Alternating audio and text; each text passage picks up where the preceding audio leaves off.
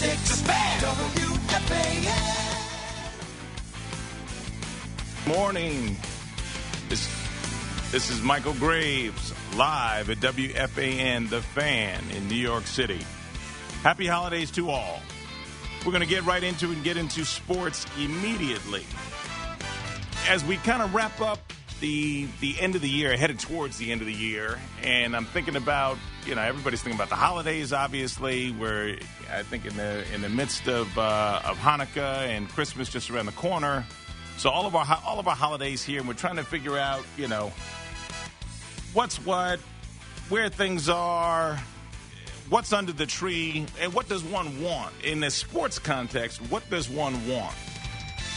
I want folks to ask themselves, when we get into our caller segment later on, I want folks to start to ask themselves, what is it that I would want for my holiday? If in the context, I heard this earlier on a couple of talk shows, but in the context, there's a religious context of one getting 3 gifts, and 3 gifts instead of, a plethora of gifts from everybody. One would just get 3 gifts, and then, again, there's a religious context, but forget about whose religion it is and which religion you are observing. I guess the question becomes, if you could only get 3 gifts, what would those 3 gifts or those 3 wishes be for your team? That's what I want to ask folks when they call in later on this morning. I want to really know, what is it you would want? What are going to be the kind of turnaround items? If you could just pull 3 out of a hat, not 5, not 10, not 20. And I recognize that at this point in New York, we've got a lot of sensitivities and a lot of opportunities because our teams are largely in the doldrums. I honestly can't remember a time in my lifetime where all 6 teams, all 6 of the major sports teams, without going to hockey, but all 6 of the major sports teams were in such dire straits across the board. I mean, just not doing it, really not doing it at all. Usually there's a glimmer of hope for, somewhere, somehow. But relative to that context, I mean, nothing at this point obviously is hotter than football, and I think that's certainly a personal passion point. And that's kind of the context I'd like to start in, is kind of on the macro basis of the NFL. Then I'd like to draw closer to the NFL right here in New York and how we're going to come up with some solutions for our unique challenges with the Jets and the Giants.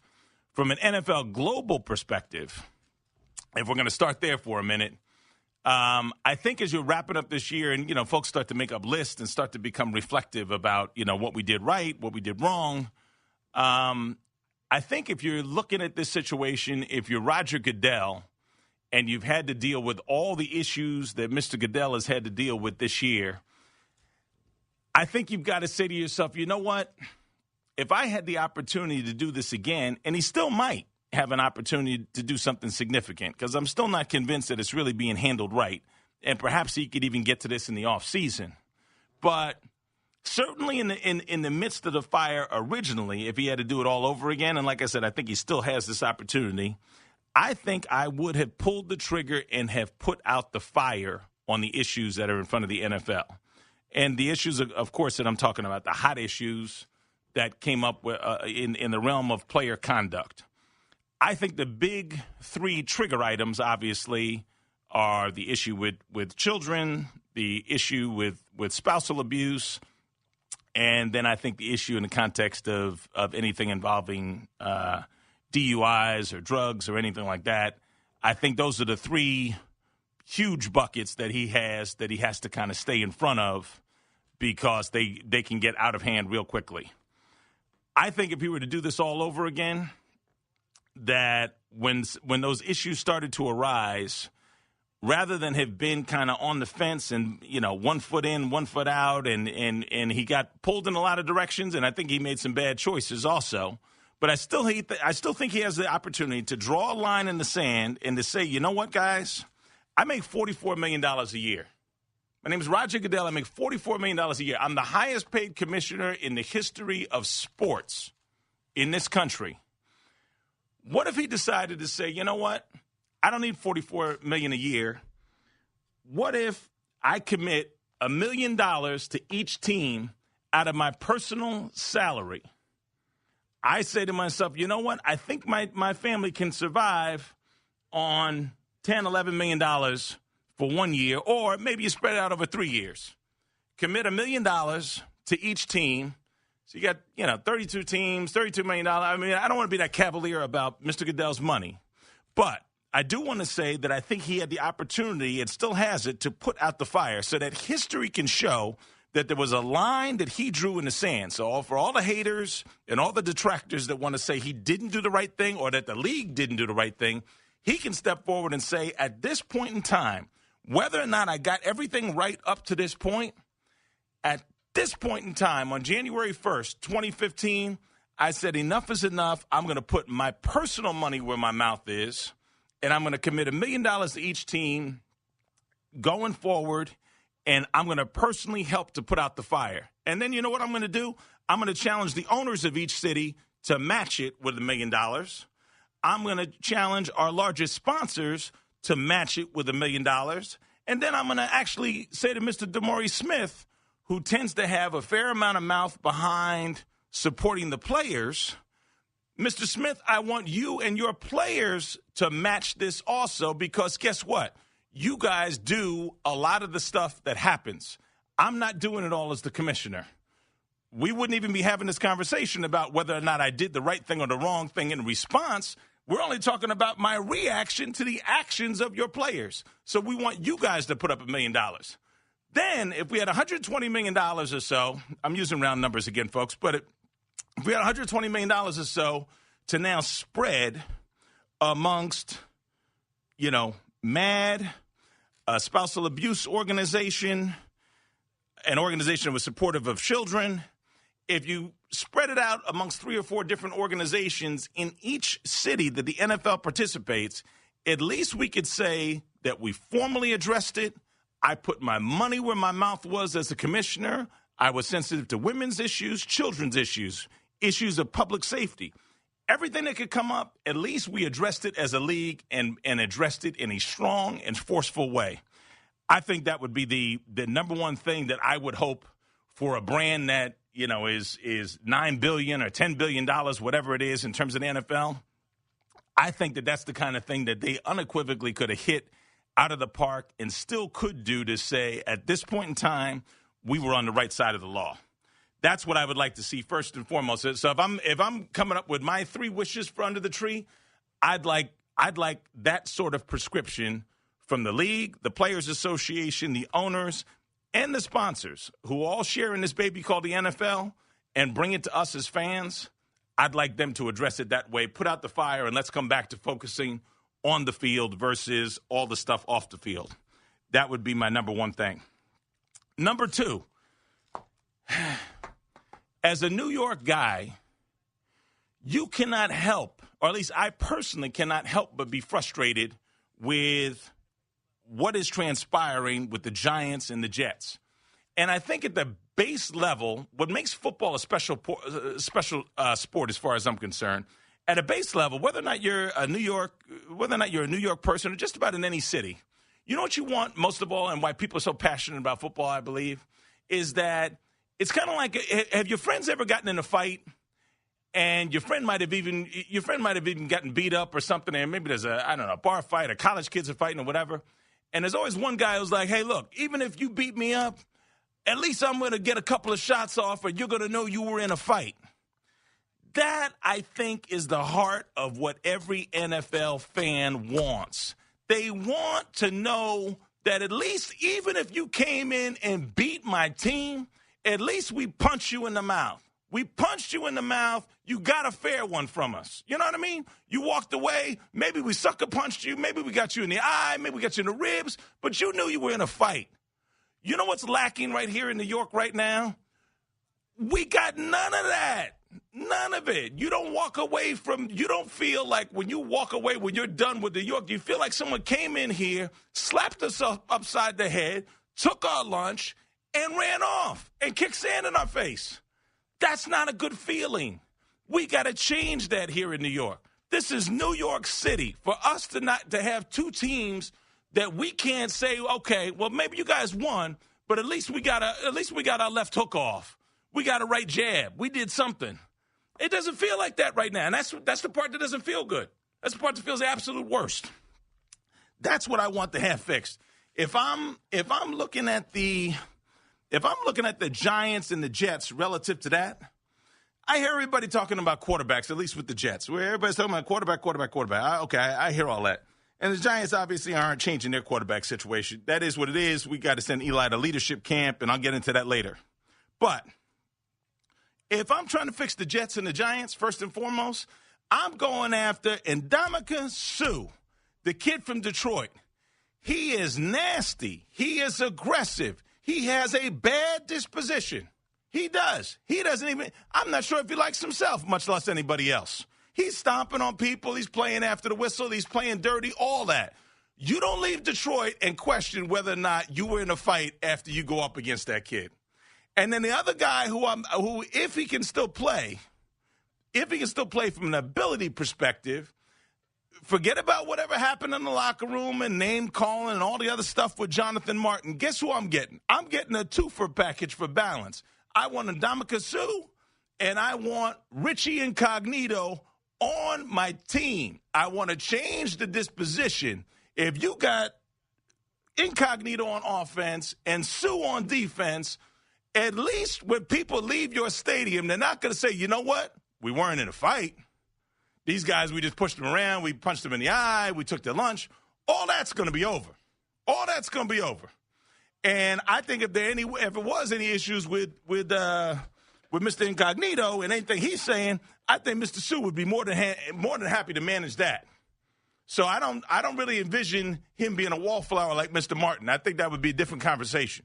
So if Incognito can play, you bring him out, put him next to Sue, opposite sides of the ball, and that would be a great package, I think, for the Giants or the Jets to give them some tenacity and some mean. We need some anger here, and I don't see it.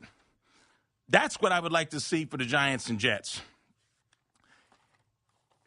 When I start to look at, the next thing that's coming, the next potential issue that we have to deal with in terms of the Giants and the Jets, then we got to start talking about broader issues, and I think getting into the context of where we go in terms of management and coaching.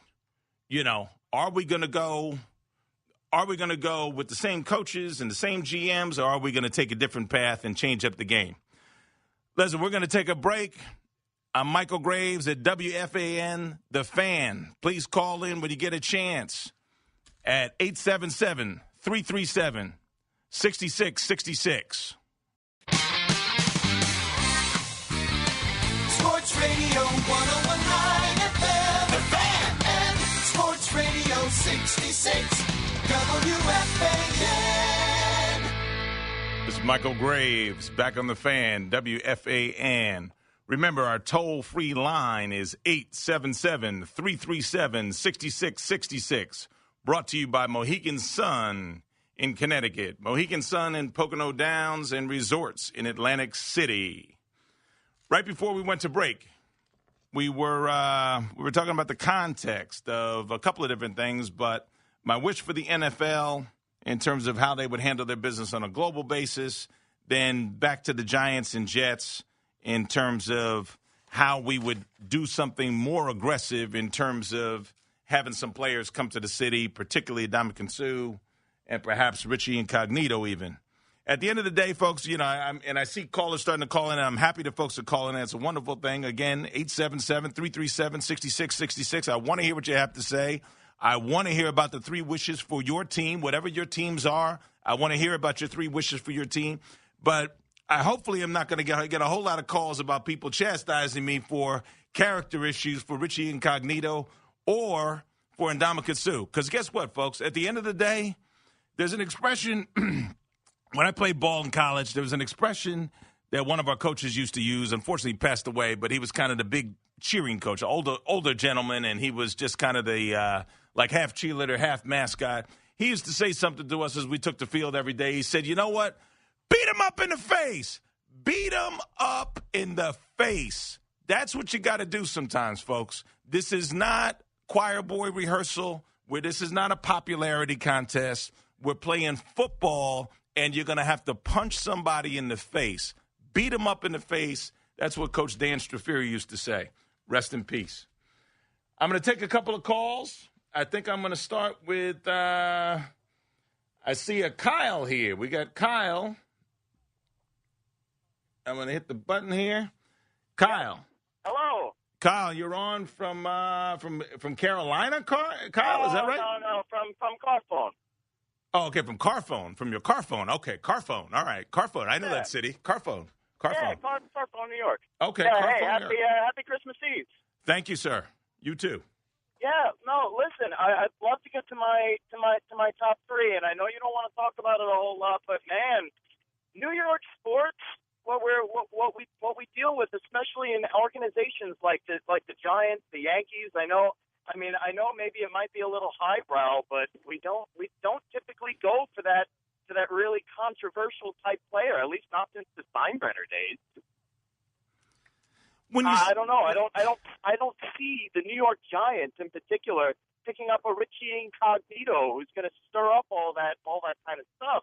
As much as he might ignite something, let the rolling like Odell Beckham is doing, and let his enthusiasm really lead the way with his talent and really just kind of, I don't know, cleaner atmosphere and attitude.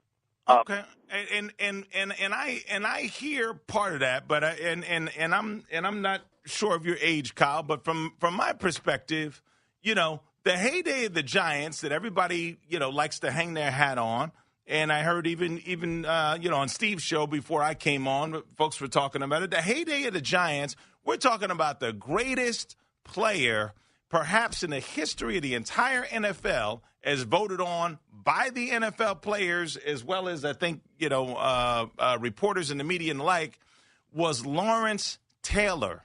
Sure. Now Lawrence Taylor was, he was a lot of things. Funny guy, entertaining guy, but nobody ever says he was necessarily, quote unquote, a high character guy, or that he wasn't mean, he wasn't nasty. And when we're winning Super Bowls, nobody cared. When Leonard Marshall ran through Joe Montana's back at kind of a questionable time, maybe he had released the ball, maybe he hadn't. Nobody was sitting there chastising him, and I'm not saying he's a bad guy. I'm just saying these things happen. Yeah. These things happen. At the end of the day, do we want to win or not? Do we want to be respected or not? Nobody is going to leave New York after you play and say, wow, that receiver really beat us up. Yeah, he beat us for some points. But if you go down and you play Ray Lewis, and Ray Lewis punched you in the mouth a couple of times, even if Flacco didn't win the game, at least you felt like, okay, well, Ray Lewis got with me, and a couple other guys on the defense got with me, and it stung a little bit. At least I knew I was in a fight. We're missing that right now. Sure. And so, I mean, I hear what you're saying about kind of the corporate mentality in terms of how we're looking at things, but we're going to have to get back to